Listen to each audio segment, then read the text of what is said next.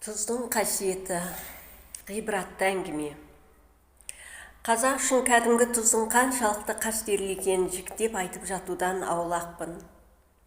Дастархан жайылса наннан кейінгі іздейтініміз тұз. Онсыз ешбір тамақтың дәмі болмайтынын мойындағанбыз. Сол тұздың құрметі болар, дәмдес тұздас болған едік деп, қимас замандастарды іздеп, барған келгеннен сәлем айтып жатамыз. Керісінше жақын араласқан адамнан көңіл қалғанда, дәм тұзым ұрсын дегенді де айтатын өзіміз. Тұзға қиянат жасау келешекке кесір боларын, соңы жақсылықпен аяқталмайтынын көнегөз қарттар талай ескерткен шығар. Бірақ оны ескеріп жүрген ұрпақ шамалы. Әлқисса, әрбір үлкен қала өз алдына шағын бір мемлекет болған заманда, бір патша халқын әділ басқаруға барын салыпты. Жатса тұрса ойлайтыны елдің қамы екен. Сондықтан қылмыс азайып, молшылық заман орнапты. Мен тірі тұрғанда ешкім нақақтан жылап, зұлымдық көрмейді дейтін патшаның өзі де айтар сөзі мен істер амалына өте мұқият қарайды екен. Күндердің күнде таңертең уәзір келіп, түнде қазынаға ұры түскенін хабарлайды. Қаян тұрған екен мұндайға тәуекел жеткен. Патша дереу оқиға болған жерге жетіп барады. Ұры қойманың астын үңгіп жасалған жер асты жолмен келгені көрініп тұр. Қазынадағы алтын теңгелерді қаптарға толтырғаны болмаса, еш нәрсе алмаған сияқты. Патша осыған қайран қалады. Қазынашы да бірден жоқ барды түгендеп, тексеру нәтижесін баяндайды. Қазынадан бір тиын да ұрланбаған, әлдекім кедергі болды деу қисынға келмейді. Осынша еңбектеніп, жер астын қазып келген ұры қалайша құр қол қайтады? Себебі не деп патша сұраулы жүзбен нөкерлеріне қарайды. Білмедік дегенде олар иықтарын қушитады.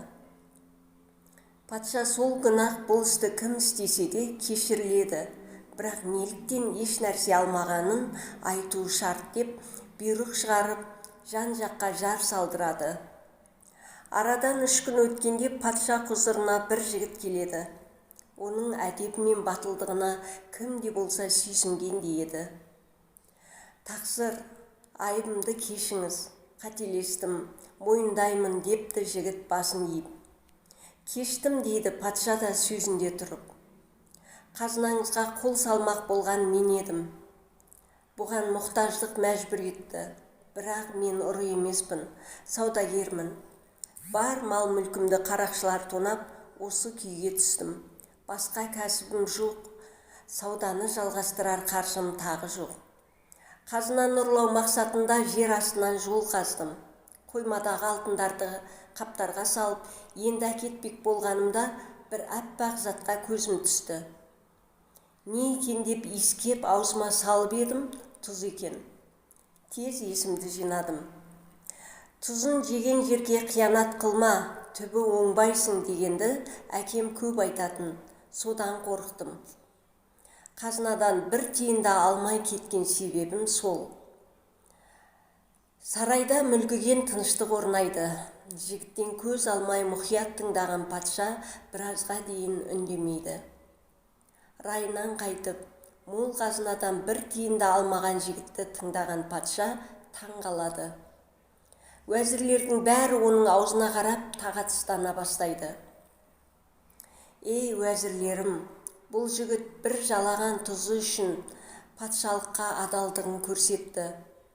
Бүгіннен бастап мен оны ұлым, әрі тақ мұрагерім деп жариялаймын. Осы сарайдағы мол дастарханнан, дәм тұз татқан талайлардан көп қиянат көрдім. Достарымның да ешқайсысы маған бұл жігіттей опалы болған емес. Сендер де мынадан үйреніңдер деп патша орнынан тұрған екен. Тыңдағандарыңызға рахмет.